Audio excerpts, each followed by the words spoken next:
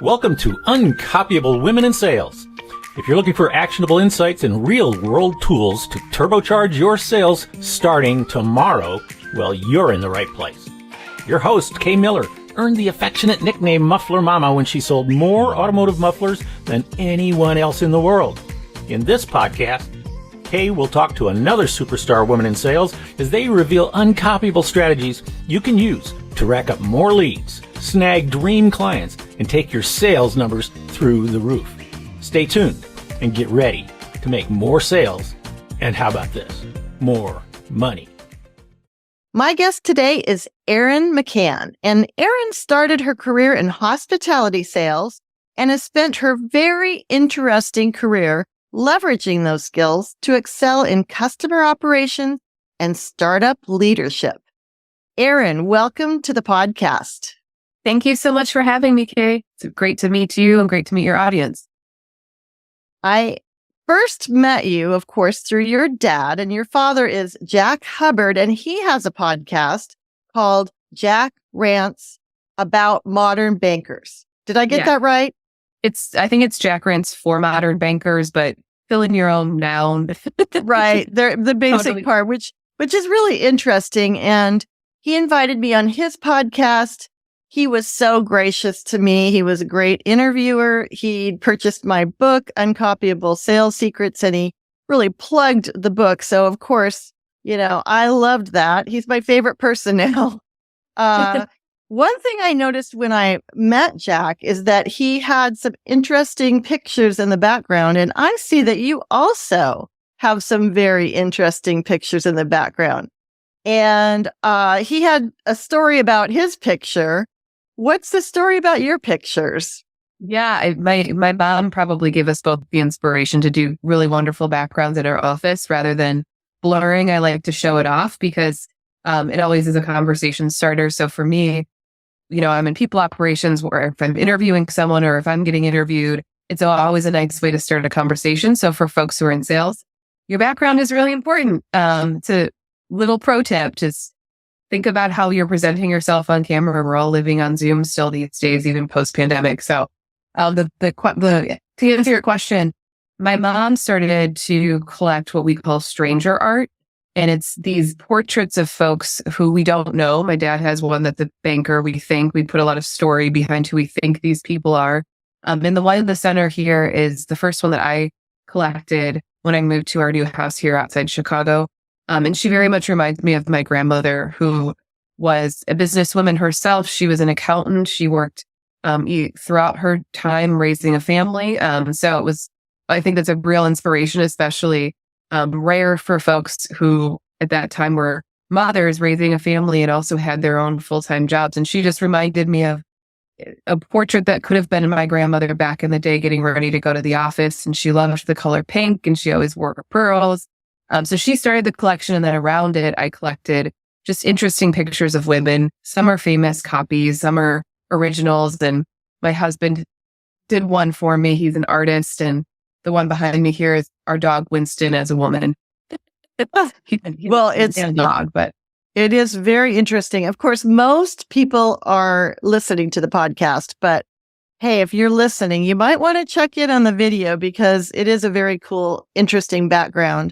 And of course, as salespeople, we should definitely be getting every cue from who we're talking to. And so that's why I immediately noticed and commented on your dad's background, and of course, also looked at your background. So that's just a reminder to salespeople that just, I have a phrase, think like Sherlock. You're always looking for interesting things in someone's environment, their body language, the way they talk, whether they're smiling and having fun.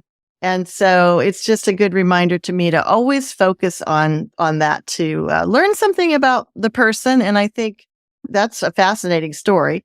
And your grandmother was definitely a leader, and that is a very awesome story. So that's fun to learn about. So as I mentioned in the bio, you have had quite the varied career path. So I'd like to start out and just ask you to give us a little overview of where you started and how that's gotten you to where you are now. Yeah. So when I actually went to school and thought I would do wedding and event planning, and started out in college kind of working in summers doing wedding planning, and took a couple jobs after school that led me in that direction. But very early in my career, I realized that while I did love that space, where I was really excelling at was selling. And that might be an event or an experience. It might be at some point in my career, I sold corporate accounts for a bunch of different hotel groups. But it was always about focusing on the customer and building that very specific experience that we were trying to sell, whether that be a wedding, whether that be a meeting space, whether it be opening a new location in a Chicago area and they needed a place to stay. How do we talk about those things so it lands in their life? So I spent about 8 to 10 years in sales specific roles, and then decided to kind of take a leap. And I actually worked for my dad's company for about 3 years. St. Meyer & Hubbard still exists today. They have a sales training firm that's specific to finance. So they would teach bankers how to sell, and how to connect to people. Very similar kind of leeway. It doesn't matter if you're selling banking or if you're selling a wedding, you're still trying to connect to people and think through how you can be a better partner to them and create these wonderful experiences. So I had the opportunity to partner with a lot of bankers and did training enablement. I also did their marketing. So built out a conference series where we would bring folks in from all over the country and have speakers, and folks would get to learn with each other and connect with each other and just kind of have some real conversations about what it meant to be in banking at that time. So I spent 3 years with my dad's company before I was pushed out of the nest and met somebody at a conference who was starting an organizational design firm. They needed someone to start doing customer experience. So that kind of started me on my trajectory, really working in startups, specifically to customer success or customer operations roles. And I spent a few years there before pivoting again and moving into people operations leadership. And for the past 10 years, I've been heads of people for 3, soon to be 4 technology-based startups all over the country. Was in New York, went fully remote, and had a really interesting transition. But I would say the through line of all of this has been, if you can have good conversations with people, you're really selling. And so part of that is, how do you sell yourself? So for me, I use my sales background every day when I'm talking to candidates and selling the companies where I work, or selling managers on why it's important to do an initiative that I think is critical to the business, or selling my senior leadership team on focusing in a different direction. So it's really influence is how I like to think about it. It has really been a through line throughout my career. It's interesting that you started out in thinking that you'd be in a totally different career. And that is a common theme among the women that I have been interviewing. So, sometimes when we're young, we don't know exactly what we're going to do.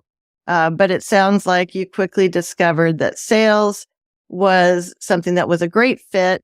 And of course, number one, we're always selling ourselves. We're selling ourselves along with a product or a service or an idea or a vision. So sales is part of everything. And so it sounds like it served you very well as a basis for everything that you've done.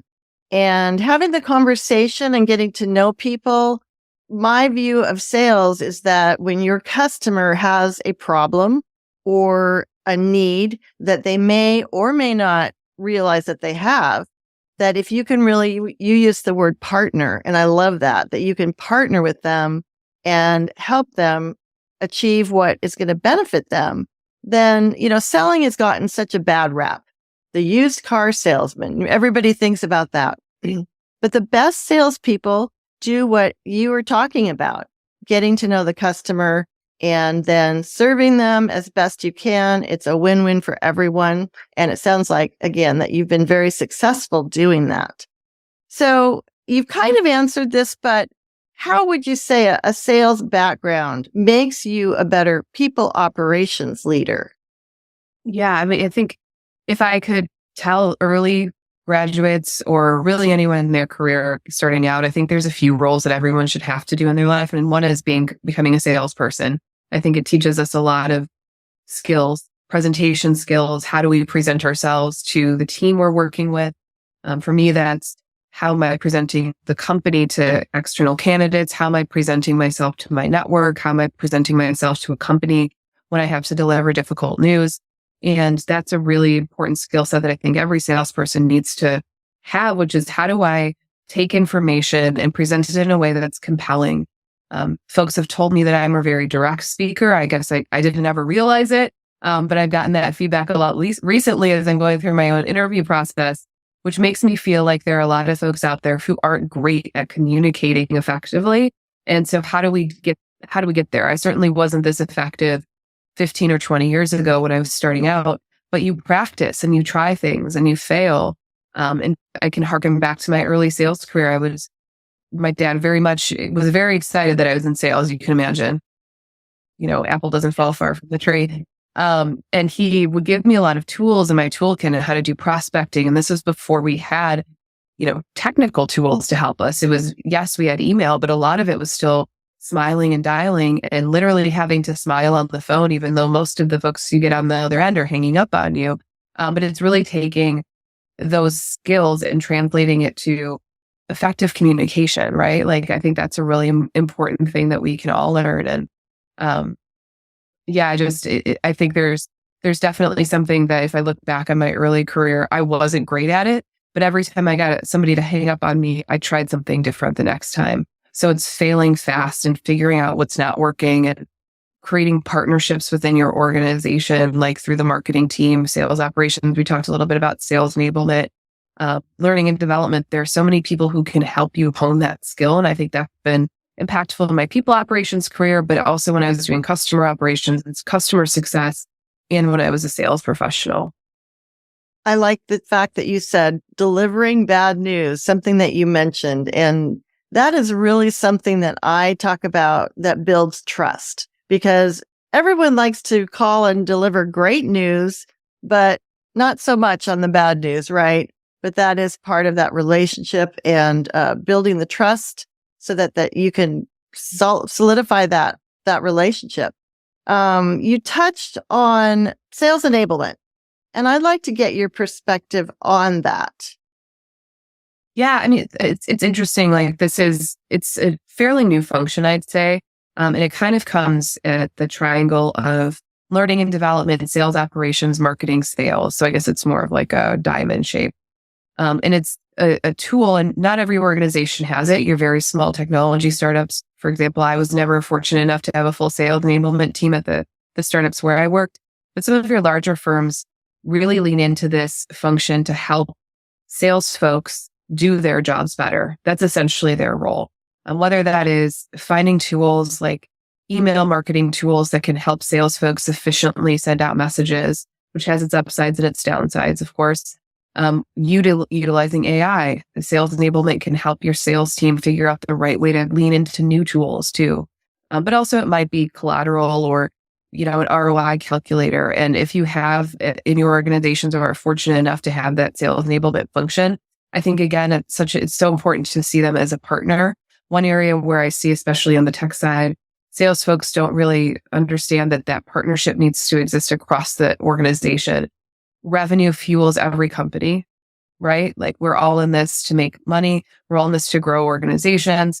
But we can't do it alone. We are not solo entrepreneurs within that organization. Everyone is there to support. And I think if the folks on the podcast have that function, buy that person Today's a coffee podcast is sponsored by the acclaimed book Uncopyable Sales Secrets, How to Create an Unfair Advantage and Outsell Your Competition by if you lean into Kay it. Miller. If you want to make more sales, you need to read this book. We'll even get you started with a free download of the first 2 chapters.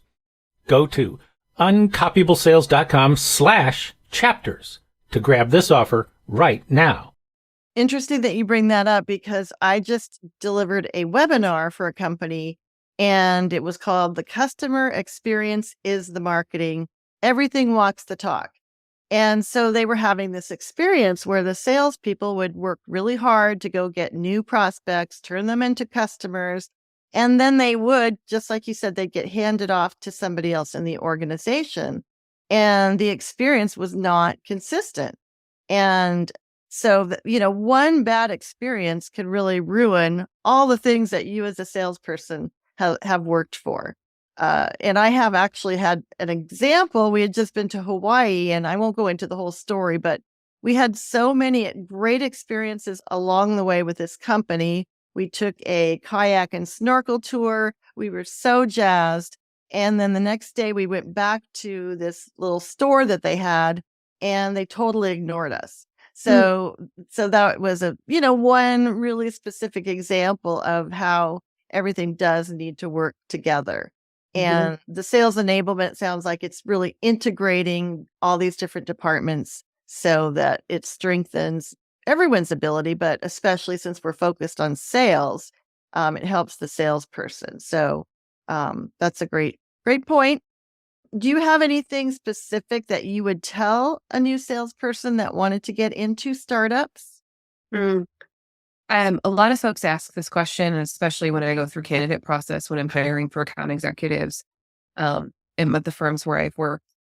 And I think that there are a few things that folks can do that kind of can really make their resume appealing when they're applying for roles. So if you're looking to switch careers, maybe you're in finance, banking, and you're looking to go into more of fintech or finance tech, I think there's a few ways that you can really stand out on your resume, but also do some work on your own education to make your resume more attractive. So first, I think really leaning into the tools that company is advertising on their job descriptions. A lot of times within your job descriptions, you'll see things like have Salesforce or HubSpot experience, Gong experience, CRM.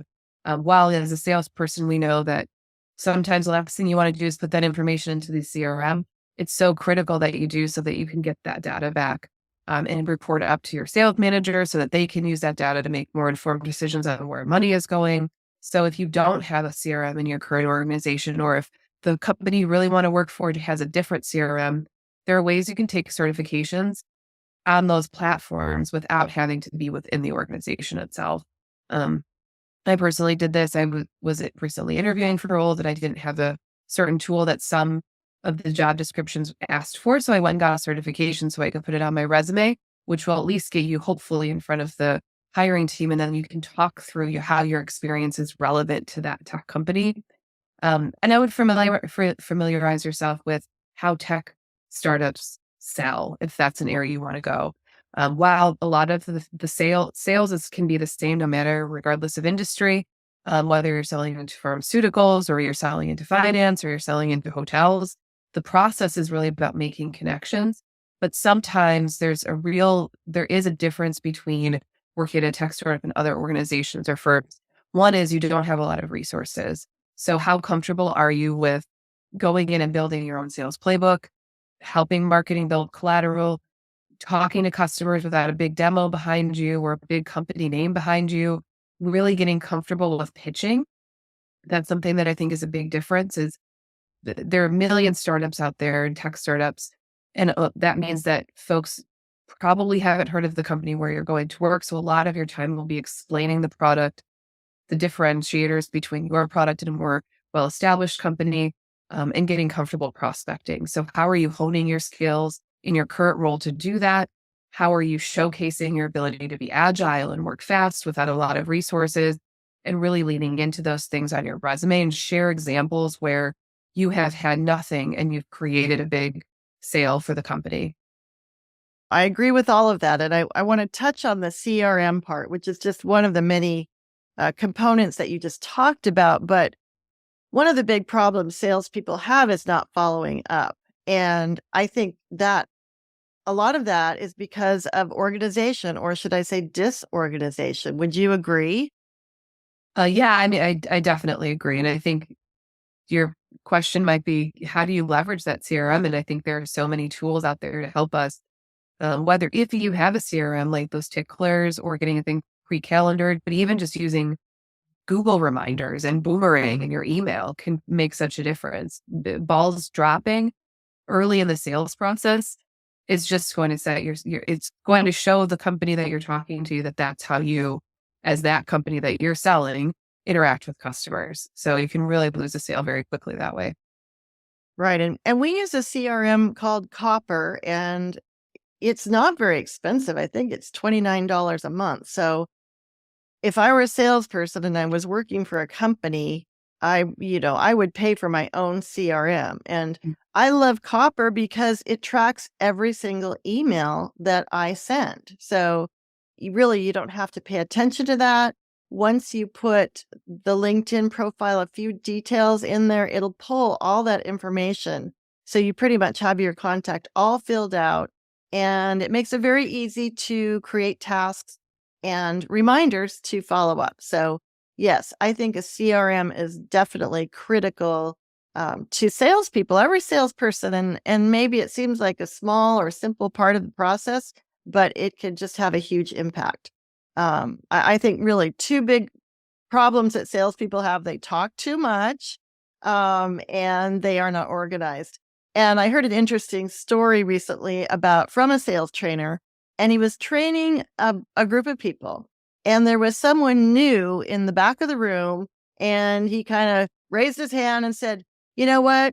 I have the gift of gab. And my mom says I can sell anything to anyone." And the sales trainer said, "Okay, that's the opposite of what you need to do."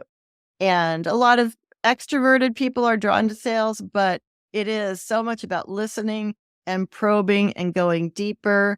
As I mentioned, I have a philosophy I called Think Like Sherlock.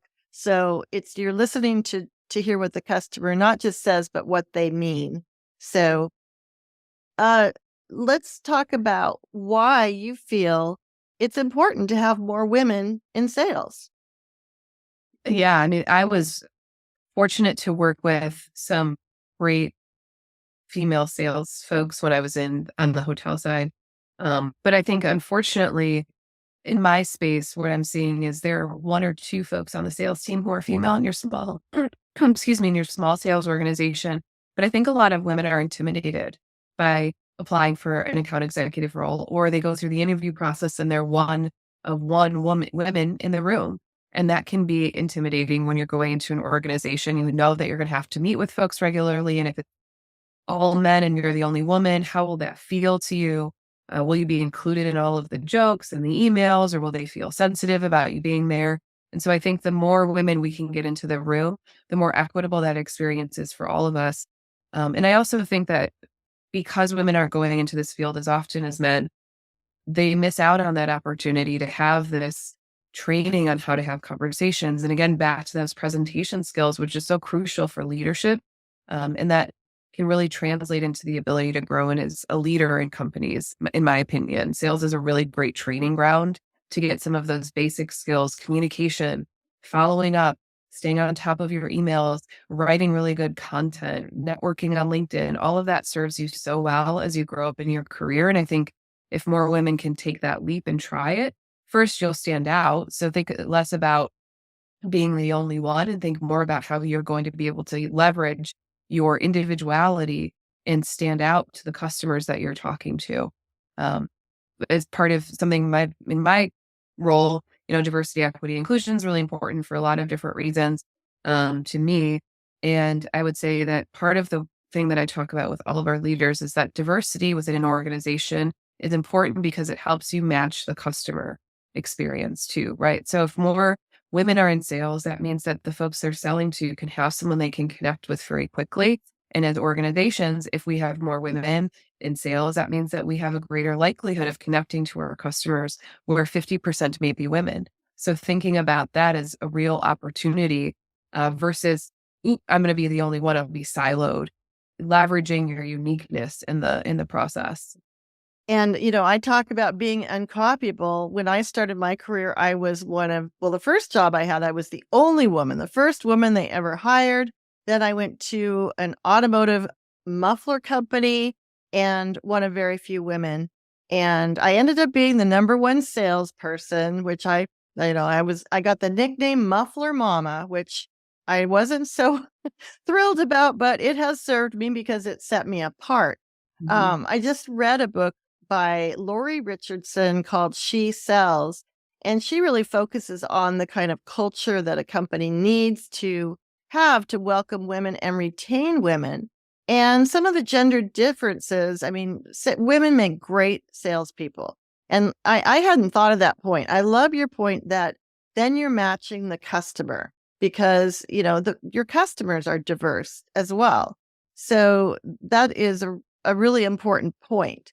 So I really like that. And I had one more thing I was going to say, and I can't remember what it was, but yeah, it really is important to have women on the sales force. And hey, your grandmother, she was a pioneer. She was a trailblazer. So that comes from your family. So we talked about some specifics because, as I said, somebody mentioned that they love podcasts where they need to take notes. And you had some great specifics. And maybe if you have an example or a story, we only have about 5 minutes. But is there, some closing thoughts that you can think of that address that? I would say because I'm, talked a lot about tech startups, and I think that there are a lot of folks who in more traditional environments who are excited to break into that space because it does grow fast and you have a lot of opportunity at your fingertips. For folks who are interested in learning more about what it's like to work at a startup, First Round Review has a really great newsletter that they put out. There are specific articles to what they call go-to-market, or typically on the sales side. But you can also just read about what it means to be in leadership in tech startups and how that might be different than working in a more established organization. So they have a really great newsletter. Another tool that when we talked about networking that really flagged is I'm an advisor to a company called Clay. And what they do, and it helps really give specific ideas of how to connect with people. They take all of the social information for folks in your network, including their LinkedIn and Instagram, and they can help curate ideas for like, what gift would I send to this person? How would I approach this person? So I think there's some really great tools out there to help you customize your experience that you're delivering to your customers. Certainly leaning into a CRM, I think is a great idea. If on the people operation side of things, I always like to send a little thank you. And I know sales folks probably do this as well. And I get sold a lot of info. I get sold a lot in my role. And the areas where I lean in are, yes, it's great to get a little gift card or something, but ask me for my time, ask me for my opinion, and then follow up to your point earlier with a nice thank you note. Paperless Post is great for this. They have a really great user experience. I also use Sugar Wish. I just sent some Sugar Wishes to folks who are references for me in my interview process, and it lets them pick out a candy or a bottle of wine. And it's so low lift, but to the person receiving it, it will make their day. So how can you leverage those kinds of tools to send follow-ups in a unique way that will help you stand out, especially for the women on your podcast who are listening? We have that ability to be so thoughtful. And I think that will set you apart from folks who, send a $5 Starbucks gift card, even if there's no Starbucks in the person's area, right? Like, how many times do we do that? So Right. Just a couple of ways that folks can maybe set themselves apart using some technology that's out there. Right. And you kind of breezed by a few different resources that weren't familiar to me. So I just want to point out to you as the listener, I will put those in the show notes, and on any platform, there will be the show notes, some more information about Erin. And like I said, some of those kind of went over my head. I don't know if your dad mentioned this, but we use a service called Send Out Cards. And after the interview that we did, I sent him a card and a 2-pack of brownies. Oh. And he right away responded. He was so excited, and he wanted to know what that service is, because actually with Send Out Cards, you do everything online. You put in your message. I actually put a picture of your dad and I think with Bryn on their podcast. And so it's super personalized. And he right away said, I need to know more about this program. And in that case, I'll just tell you the whole package was only $14.50. Thank you notes used to be more common. And so now that especially everything is online, internet, I think something in the mail is just huge and very appreciated. So I've had a couple other women that I've interviewed that have said they write thank you notes. Very meaningful, a great way to be unique and stand out. We have already run out of time. So I don't know if you have one or two, probably just one closing thought, and then we'll have to sign off. Do you have anything for the women listening? I would just say stay at it and really lean into the fact that you're unique because there are fewer women in sales than men. Use that to your advantage. Listen more than you talk. My dad always says it's better to be interested than interesting. So find a really good way to get great questions in your toolkit and lean into your uniqueness. Erin, this has been a fantastic interview. I appreciate it so much. So thank you for all this great information. I know the listeners are going to be taking notes, right? So thanks again for your time, and thank you for being on the podcast. Thank you so much. Great to meet everyone. Thanks for listening to this episode of Uncopyable Women in Sales, your source for secrets you can use to make more sales. Check the show notes for links and contact information. And if you enjoyed the podcast, please spread the word by subscribing, sharing, and leaving a 5-star review. You can always learn more by going to uncopyablesales.com/podcast. Until next time, go out and supercharge your sales like a true uncopyable rock star.